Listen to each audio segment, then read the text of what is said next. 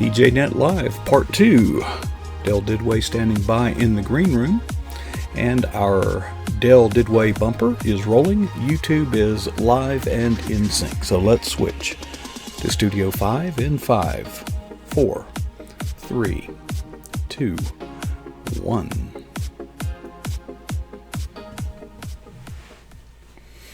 PJNet Live continues, Phase 2, Part 2, the second half. Folks, it's football season. Dell Didway, a great sports writer, a man that travels, a man that speaks, a man that blogs, a man that is an author of many books, did none of that last weekend. But he's going to tell you all about the things he did not do. And tell us what he did do. Dale, I did read your blog, and I was stirred.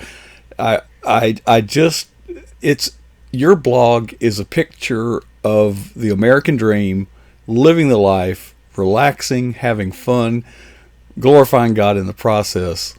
What a day you had.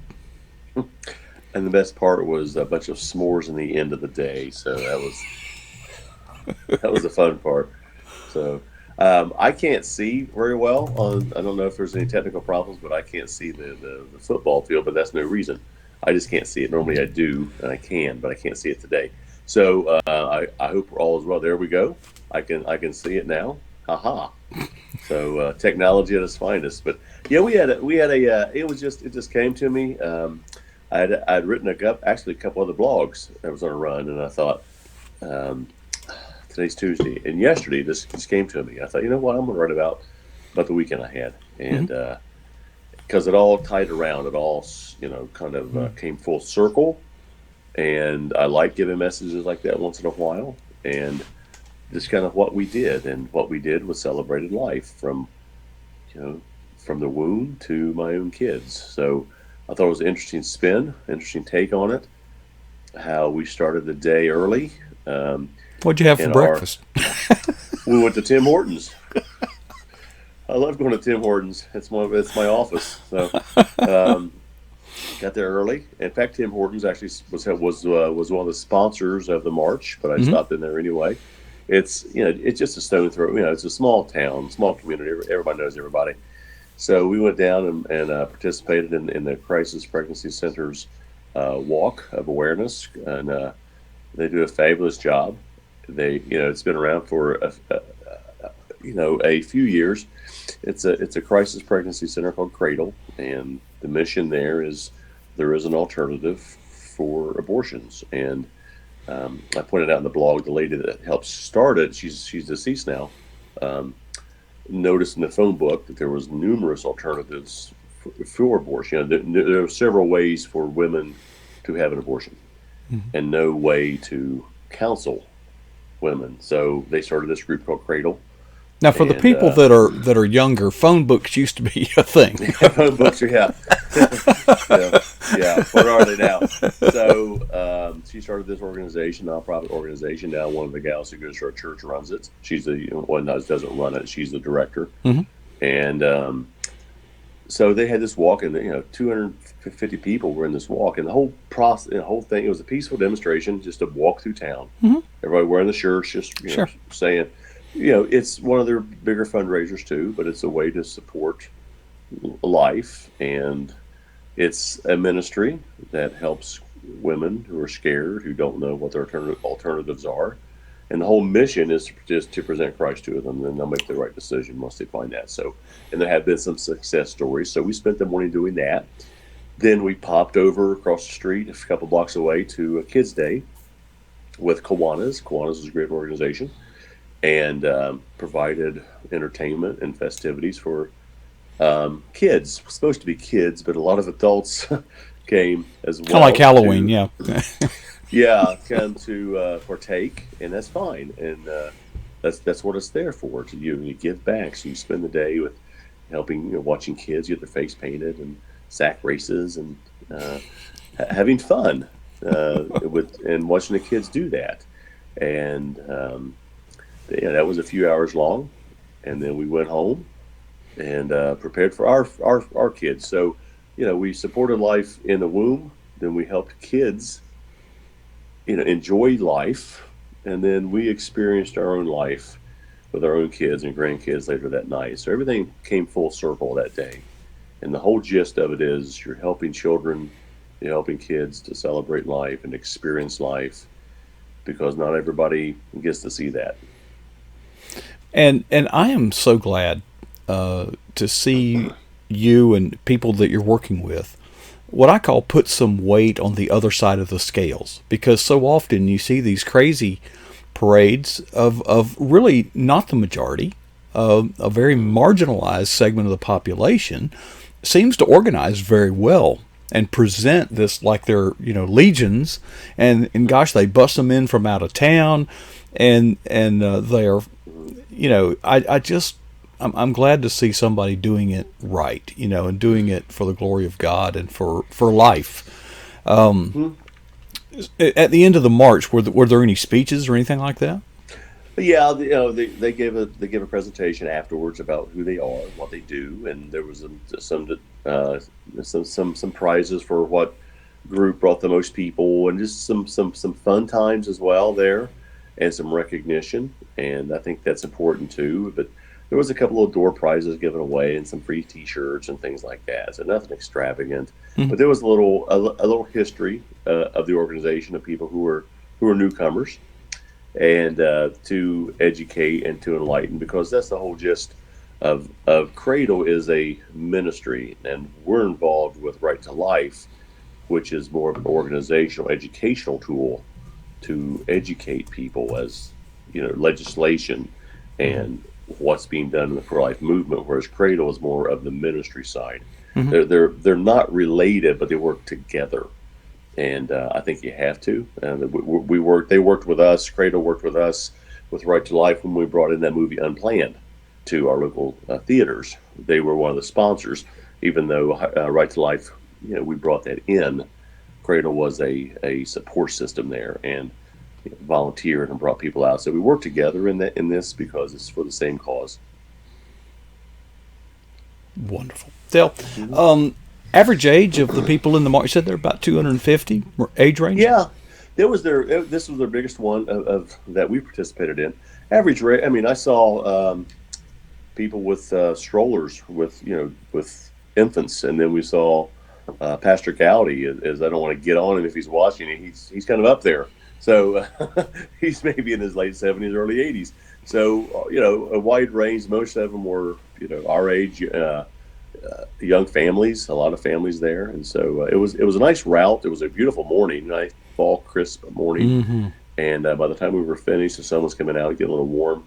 But, no resistance, no demonstrations against us, which we've run into in the past. And which is fine, but we've been to the March for Life in D.C. a few times, and we've met some resistance there. You reckon? You meet resistance. We met a lot of it when we went to President Trump's inauguration. We saw some real wackies out there, and we were really close. We went up to have lunch, and our kids called us. They were a little nervous because it was after the event was over. We're having lunch up near Chinatown, and one of our boys called us and said, "You guys okay?" We're like, "Yeah." Well, right up the street from us, they were setting a car on fire, and the protesters were demolishing the Starbucks and setting cars on fire, because the left has no mentality whatsoever except destruction. So that's all they do. But we didn't run into any of that Saturday. So, and then at the Kiwanis Kids Day, a lot of fun there, a lot of good times. Kids who may not be able to experience some of this stuff because of their circumstance was able to enjoy a few hours of getaway time for them and just have fun. Good. Off topic. You got a headache because you were doing an interview today.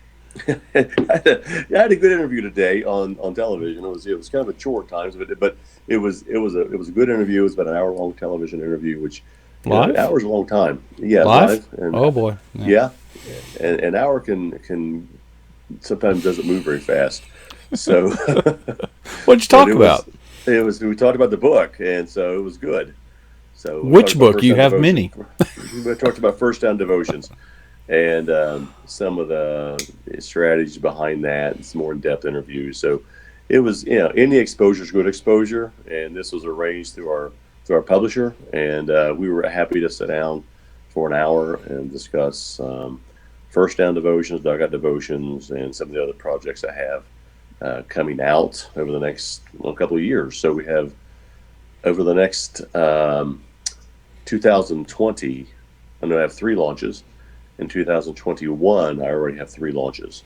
So I have 6 more books over the next 2 years that will be released. They're all done. So we're just trying. Well, 2 of them have been done. 4 of them are done. And they're all done in your head. Are they done on paper? Yeah, 4 of them have been done. So we've got to work on 2 more. Right. And some of them are follow-ups. I mean, you've got our lives are somewhat similar. You go out and you do these interviews and you spend time. Well, all of that doesn't make its way into the product. No. Maybe we ought to do a book on outtakes. Things that they blundered. I could write a novel on that one. Yeah. So was this like a local TV station? No, it was out of Alabama.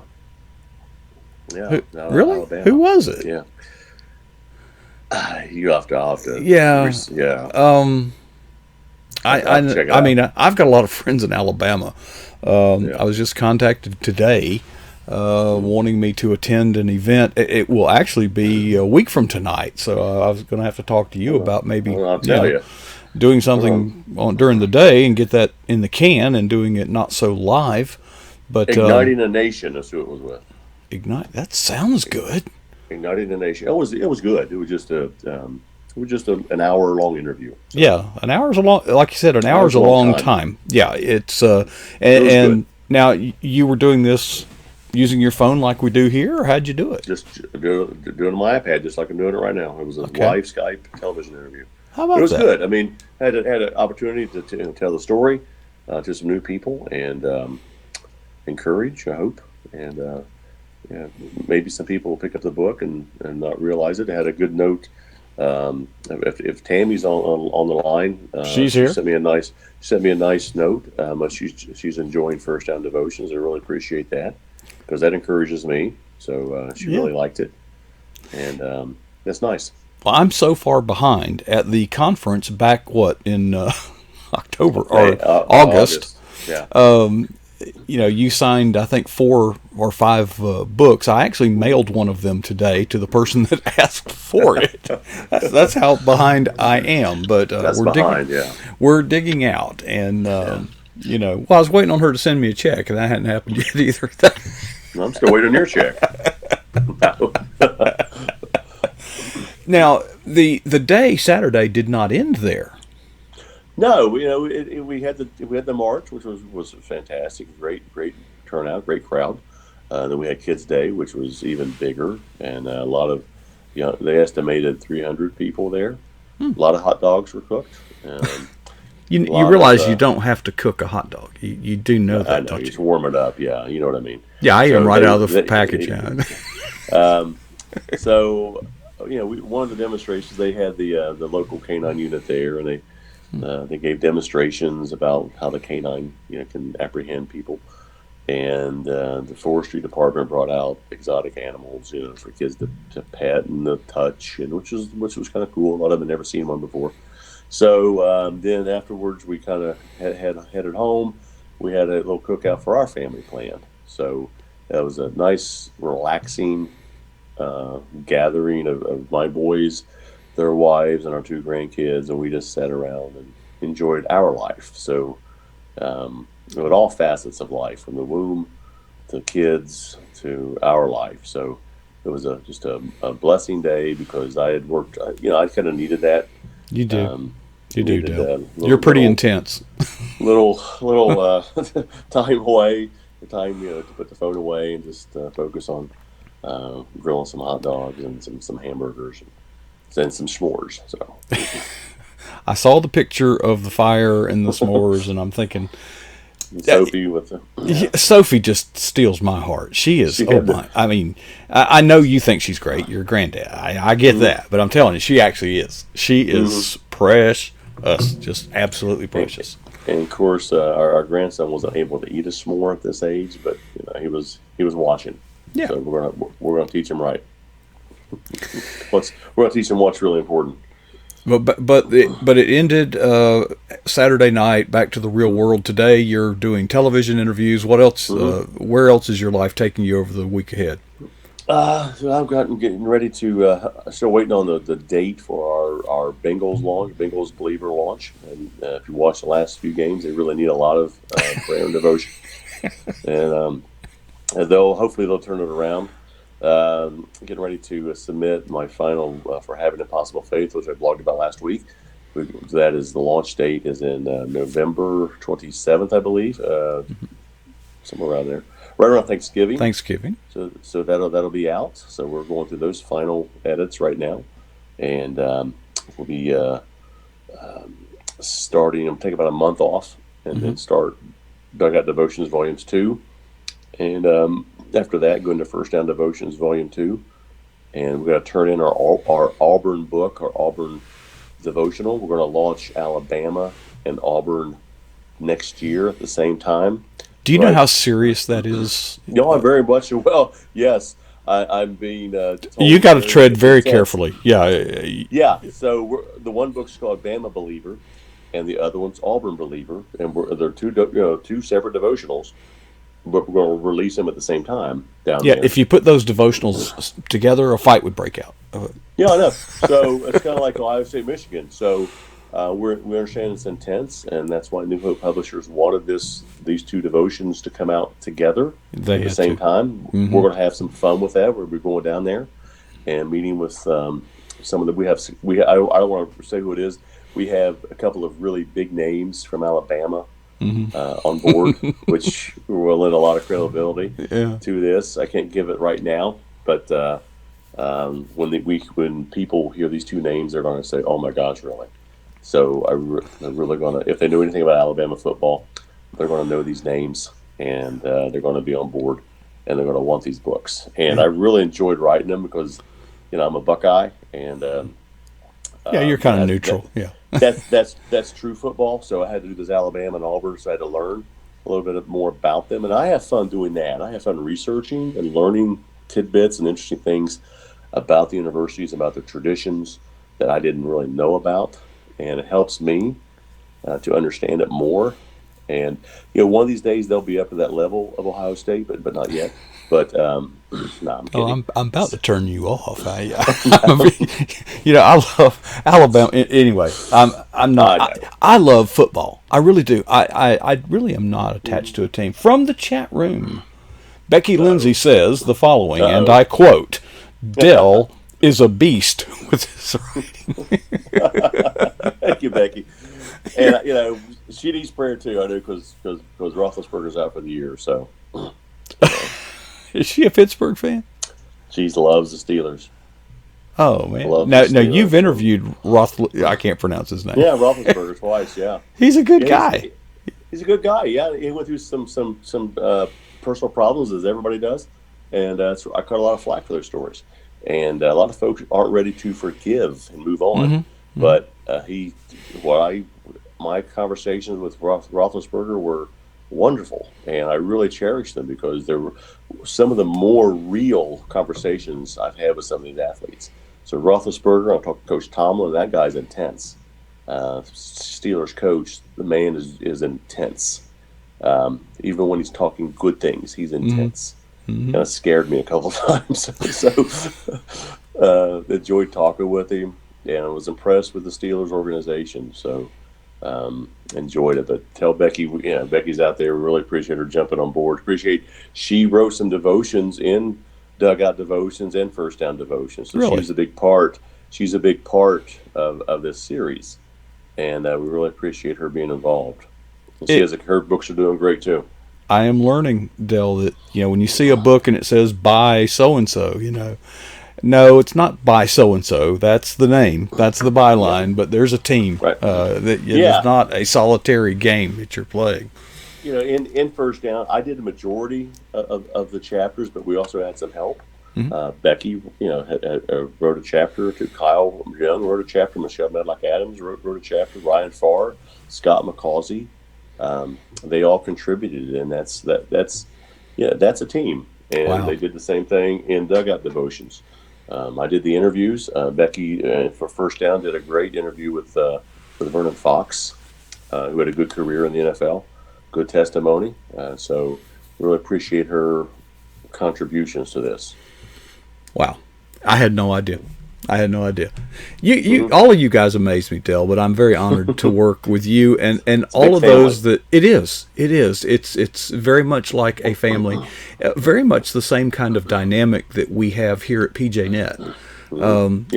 I'm the face here, but let me tell you something. There's a whole team of people. I couldn't be where I am at.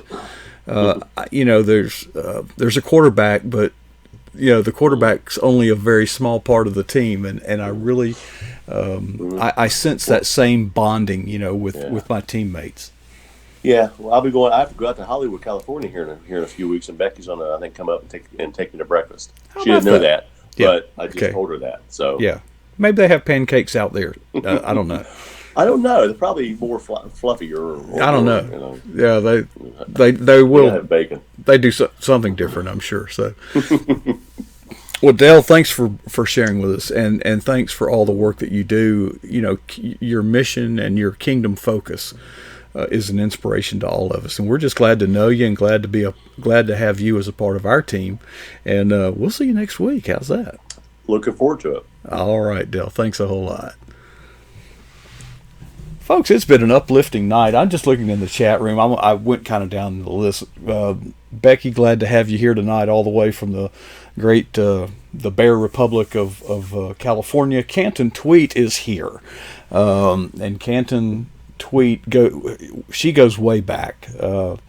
She's as old as we are, but glad to have her here tonight. Hazards 4.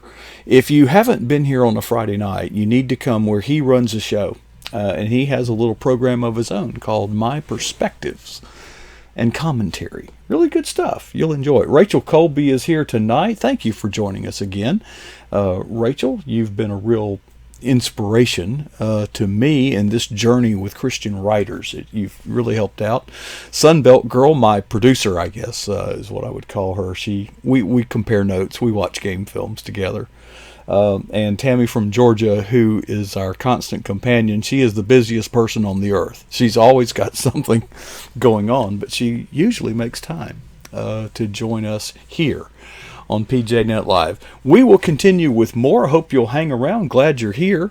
Looking forward to more. I have some announcements I will not make tonight, but everything is so good, folks. Things are moving along very well, and I'll share more about that next time as PJNet Live continues.